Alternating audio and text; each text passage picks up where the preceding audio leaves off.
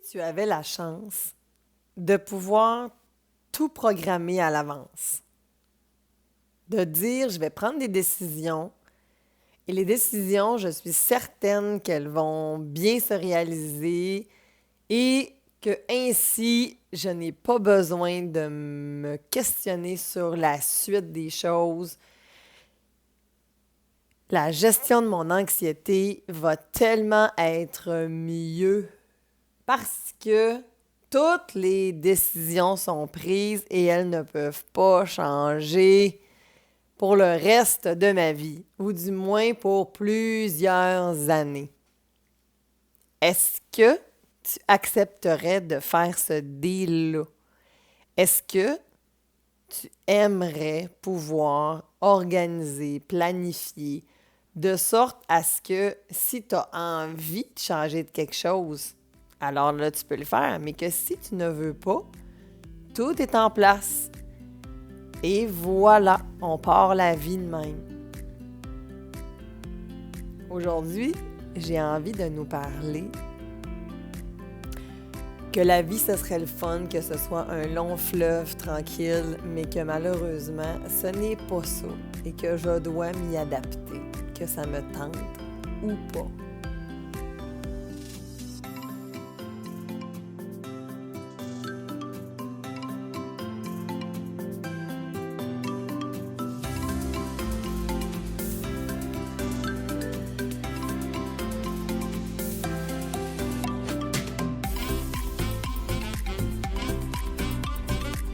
Allô à toi qui m'écoute!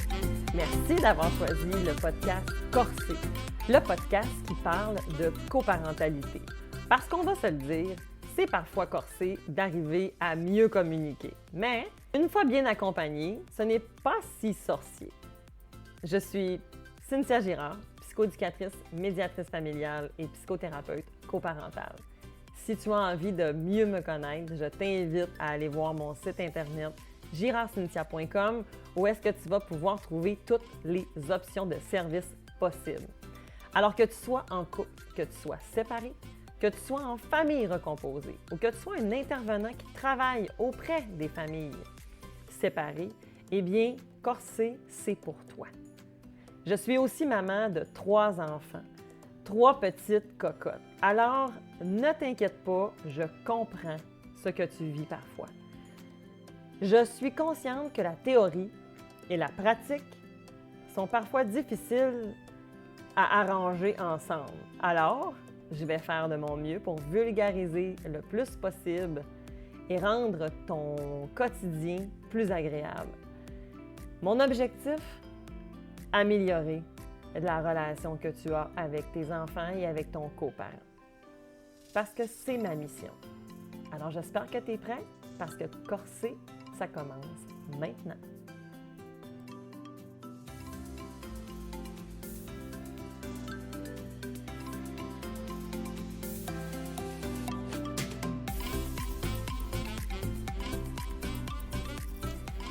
J'espère que je te trouve dans une belle forme au moment où est-ce que tu écoutes mon podcast. Si tu remarques, j'ai toujours encore une voix qui ne va pas super bien. En fait, je ne sais pas ce qui va se passer avec ça. Là, on dirait qu'il y a comme quelque chose qui est pogné. On va y arriver, mais écoute, j'espère que la semaine passée, le son de ma voix ne t'a pas trop dérangé. Et si c'était le cas, eh bien, écoute, j'en suis désolée. Si tu n'as pas écouté l'épisode de la semaine passée, tu peux aller jeter un œil. L'épisode n'était pas très long, mais j'étais vraiment en extinction de voix assez sévère et ma voix était vraiment très cassée. On voit que, bref, elle allait pas super bien. Alors, cette semaine, c'est un peu moins pire. Et on va se parler cette semaine, en fait, d'un sujet que j'adore. Okay? Je suis une passionnée de la planification et de l'organisation. Ce que j'ai envie qu'on adresse un peu, en fait, quel angle que je veux prendre, en fait, c'est qu'il y a pas très, très longtemps, en fait, à la dernière saison, lors de la saison 1 de Corsé, il y a un épisode, l'épisode 6, où j'ai reçu la merveilleuse Stéphanie Deslauriers. Si tu ne connais pas Stéphanie Deslauriers, je t'invite à la googler. C'est une psychoéducatrice, en fait, qui est fabuleuse, qui a travaillé, en fait, qui travaille, en fait, sur plusieurs sujets, là, entre autres l'estime personnelle, la parentalité imparfaite. Elle accompagne aussi beaucoup les intervenants à être dans l'autocompassion, l'autobienveillance. Alors, bref, tu peux aller jeter un coup d'œil.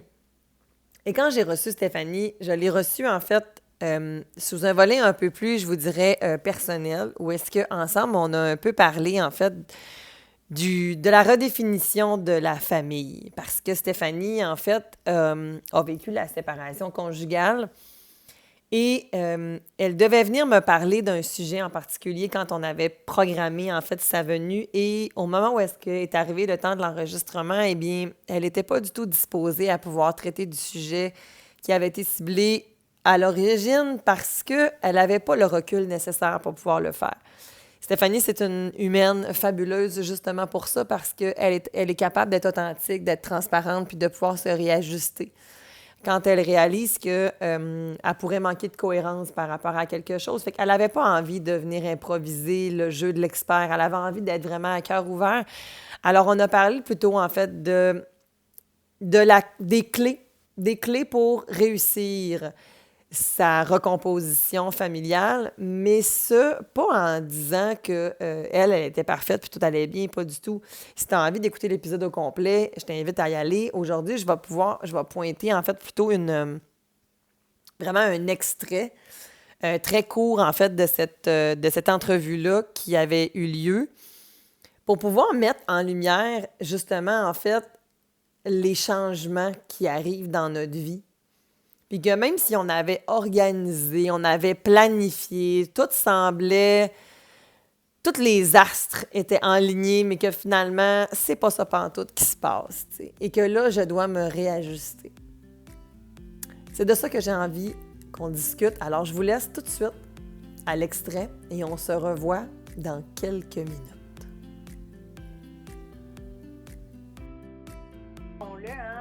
Une séparation, c'est un deuil. C'est le deuil du couple, c'est le deuil de la famille imaginée. Il n'y a personne enfant qui se dit « Oh, moi, j'accepte d'être adulte et d'avoir une famille séparée. » On se voit vivre avec notre famille, on Absolument. se grandir ensemble, puis le couple être une équipe et tout ça. Donc, quand ça se dissout, tout ça, c'est ça. C'est un gros processus de deuil. Donc, voilà. Fait qu'avec beaucoup d'émotions qui viennent avec, beaucoup de travail sur soi, je parlais de quête identitaire, de se repositionner aussi dans, OK, mais d'abord, comment j'envisage l'avenir? Puis, je suis qui, moi? Là, je me retrouve, j'habite seule avec ma fille. Oui, on est coparents avec notre ex-conjoint, mais dans la maison, il y a juste moi comme adulte. Alors, comment Absolument. je suis là-dedans? Puis, à l'extérieur de mon rôle de parent et de professionnel, je suis qui comme humaine? Alors, on doit faire cette quête-là, cette recherche-là. Donc, voilà. Mais oui. De se définir des nouveaux repères, hein, aussi, dans le fond. J'avais pensé faire ça, mais là, finalement, c'est pas comme ça que ça va vraiment se passer. Fait qu'il faut que je me réajuste. Ben oui. Puis écoute, Cynthia, je te partage quelque chose. Il y a une semaine ou deux, il y a une maman à la garderie de ma fille qui me demande, parce que dans 1 an, je vais l'inscrire à l'école, tu sais. Elle me dit « Ah, toi, Anna, elle va aller à quelle école en 2023? » Oh! Angoisse totale. Moi, j'avais ma maison, c'est là, puis l'école où elle devait aller, c'était là. Mais là, je n'habite plus dans ce quartier-là. Je loue une maison pour 2 ans. Est-ce que je vais renouveler après? Est-ce que je veux m'acheter quelque chose? Oui, mais là, le marché, il est fou. Mais puis où je veux habiter? Puis écoute, angoisse totale. Fait que juste de se projeter dans 1 an, en ce moment, c'est comme, je vais me projeter à ce soir, qu'est-ce qu'on va mettre sur la table pour souper? Ça va être ça. Tellement, puis c'est correct de se donner de la bienveillance en plus par rapport à ça, parce qu'en même temps, les parents qui sont séparés, il y a comme des étapes aussi à passer, dans le sens que, il y a la première année. La première année, c'est quelque chose. Tu parlais de deuil, mais il y a plein de deuils. Ça va être toutes les premières. juste quand on se souvient quand on était ado, nos premières fois, Ouais. comment c'était intense, ben moi, des fois, je le compare avec ça aussi dans la première année de séparation. C'est ça que tu vas avoir à vivre aussi, Ouais, qu'on va avoir à traverser. Puis, fait que ça se peut que tu aies des montagnes russes tellement. d'émotions, tu sais. Fait que ton air d'aller, tu sais, la première année des premières fois.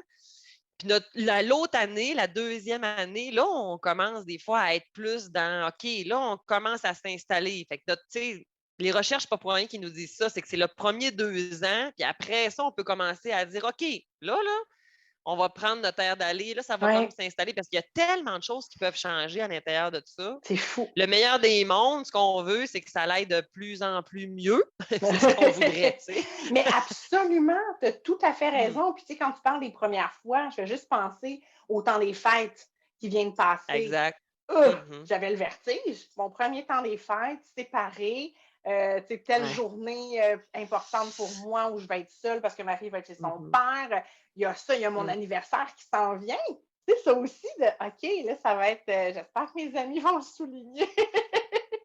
Mais Hein? Mais oui, tu comprends, il y a comme, ouais, on s'adapte beaucoup, c'est beaucoup, beaucoup d'énergie, hein, s'adapter, puis tout à fait, de expérimenter. composer. Oui, Ouais, vraiment, ouais, vraiment, ouais, ouais. vraiment. Alors, tu sais, tout ça pour dire que finalement, aujourd'hui, on ne parlera pas Non. de ça.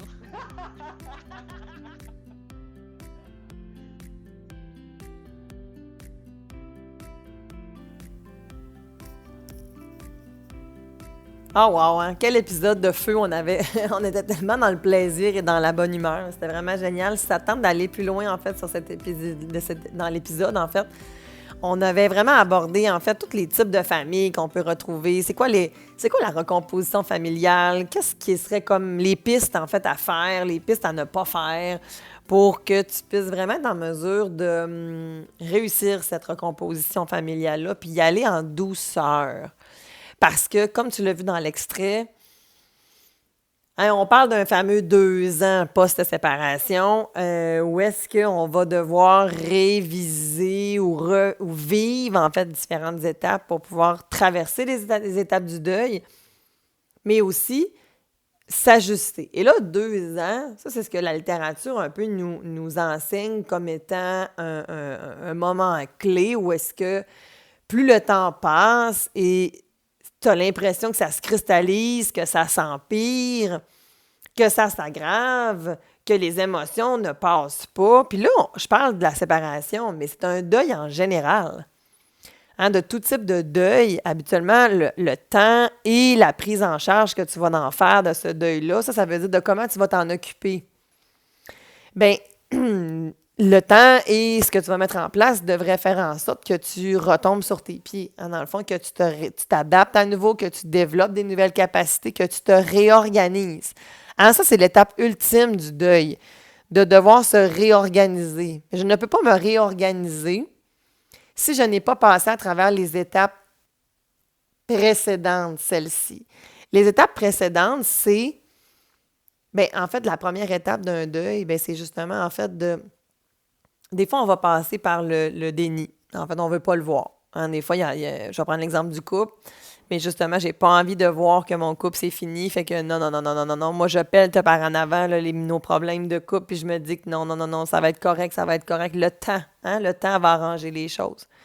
Combien de gens j'ai dans mon bureau qui me disent ça parfois?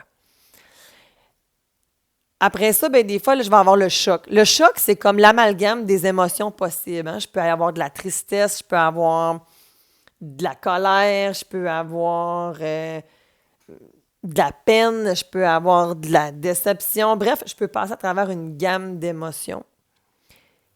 Et au moins, je vais être en contact avec ces émotions-là. Il y en a des fois qui vont vouloir se couper de ces émotions-là puis d'aller dans l'évitement. Hein.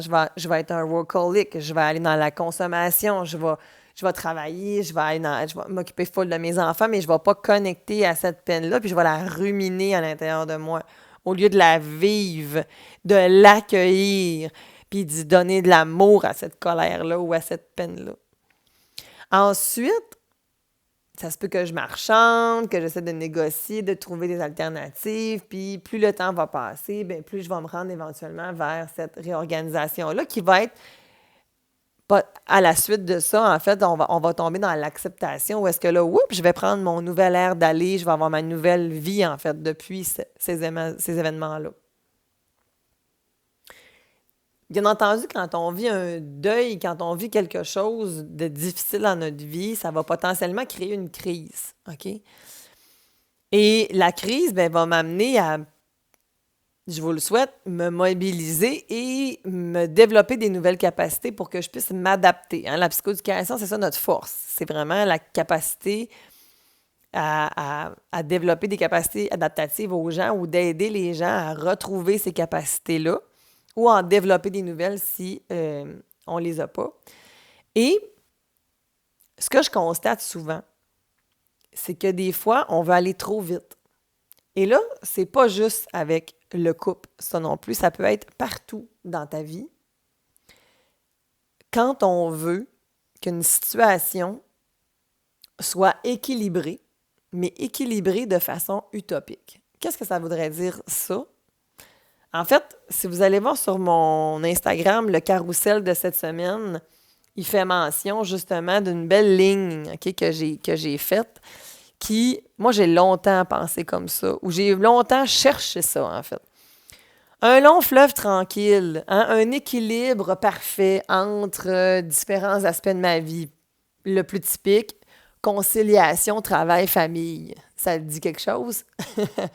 Donc, de travailler comme juste assez, puis d'être avec les enfants et la famille, le conjoint, les amis, juste assez. Tu sais, que tout ça soit bien équilibré, puis que ça fasse en sorte que j'aille une pêche du tonnerre, puis que mon énergie soit toujours au top, puis que je sois vraiment bien, puis que s'il y a des hauts, ben ils ne sont pas trop hauts, puis s'il y a des bas, ils ne sont pas trop bas.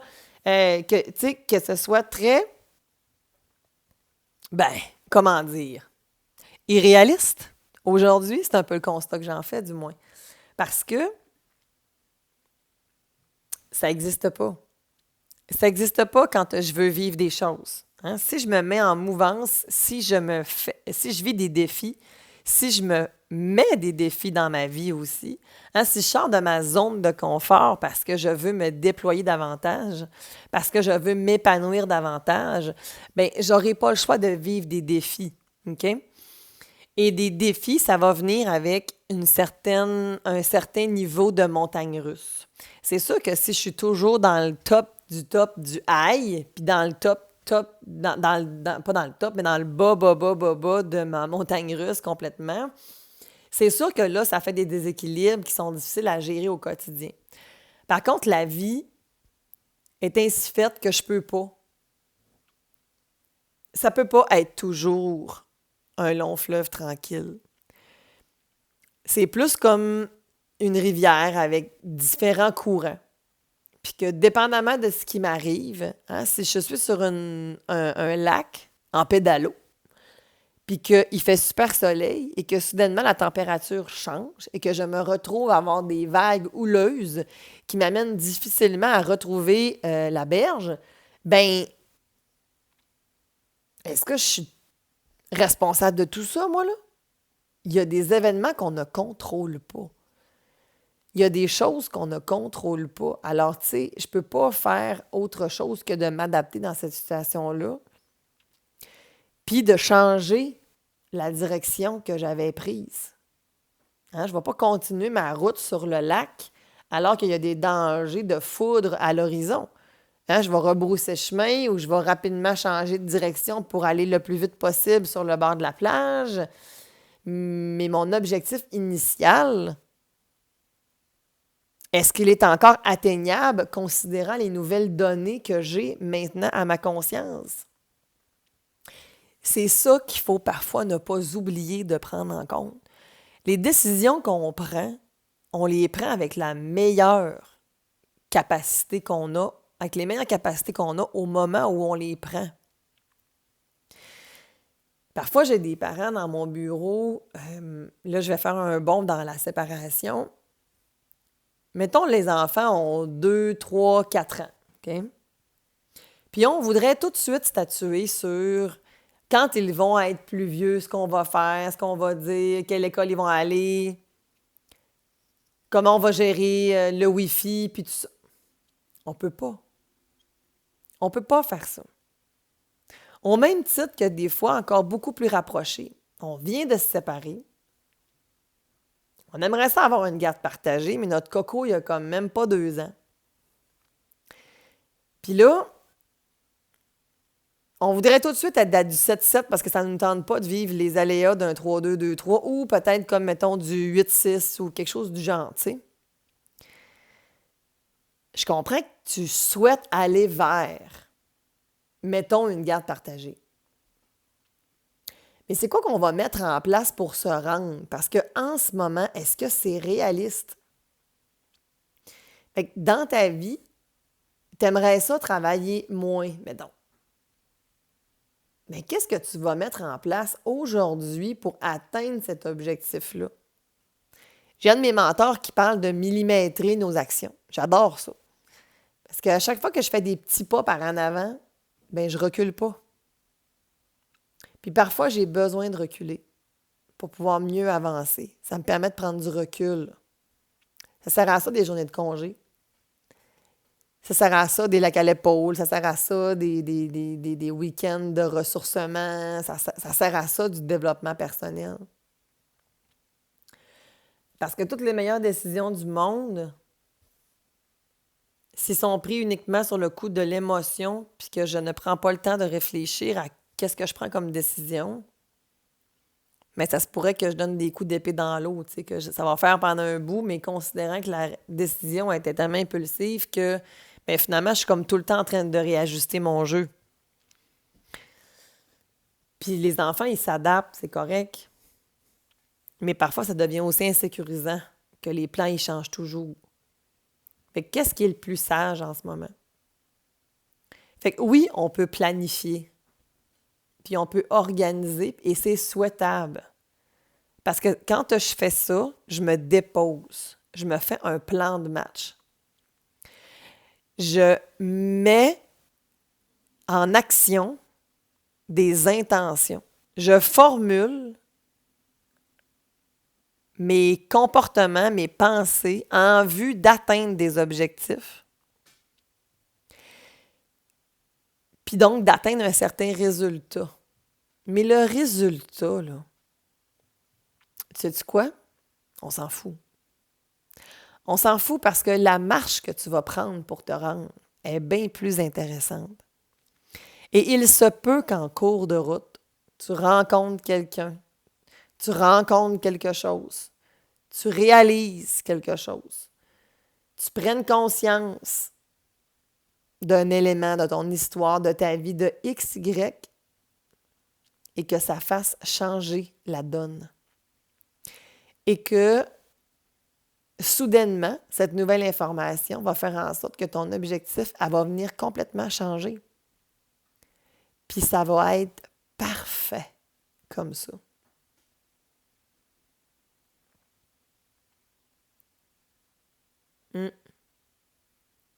Moi, j'ai envie de te laisser là-dessus pour que tu réfléchisses à ça.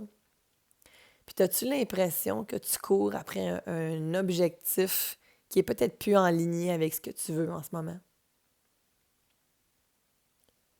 Est-ce que tu as regardé autour de toi si les événements, les éléments que tu avais, est-ce que tout ça converge vers les mêmes objectifs que tu avais?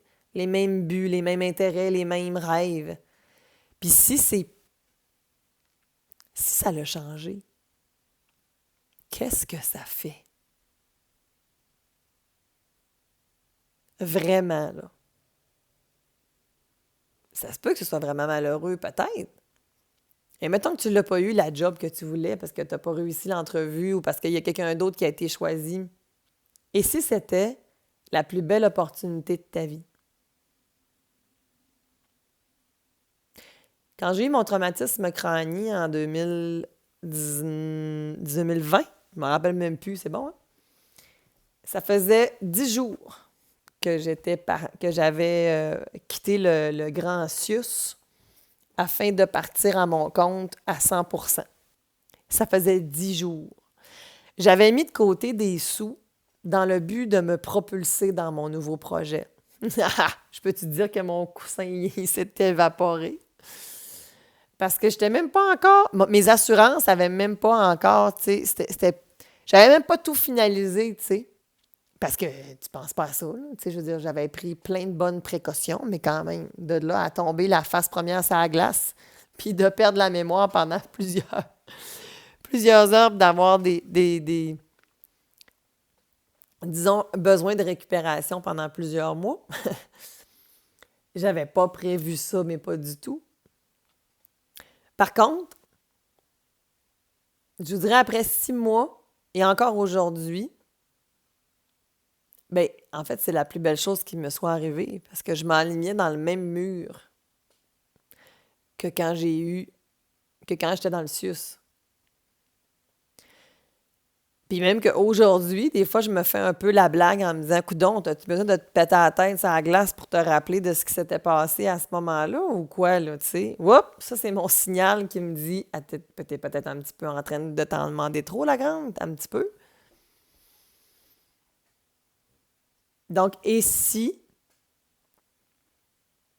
ce que tu vis ou ce que tu as vécu pouvait être le plus beau cadeau déguisé? Comme dirait mon ami Robert Savoie. Et si c'était le plus beau cadeau déguisé que tu puisses avoir eu?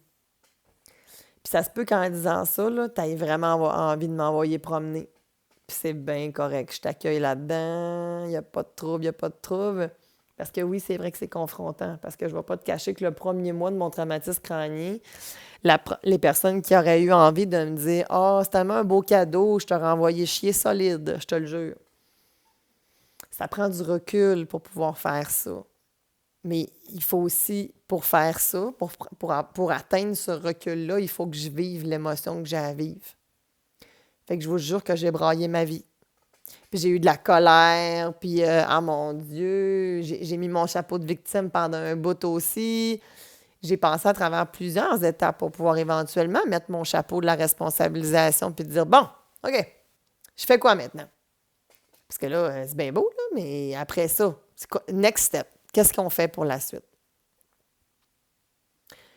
Fait que si tu as envie de me partager ton next step ou l'événement de ta vie, tu sais, que tu as l'impression qu'il a été une opportunité ou qu'en ce moment, tu dis ça sera jamais une opportunité, mais que peut-être qu'éventuellement ça va l'être parce que là, on ouvre une brèche ensemble aujourd'hui. Viens me le partager. Viens me le partager sur mes réseaux sociaux, mon Facebook ou Instagram. Viens m'écrire à Cynthia Girard-Psymed sur les réseaux sociaux. J'ai envie de te lire. Alors sur ce, j'espère que je ne t'ai pas trop confrontée. Et si je l'ai faite avec tout mon amour et ma bienveillance et ma voix un peu déraillée. Parce que ce qui est imparfait, c'est parfait de même. Et on se voit la semaine prochaine. Bye!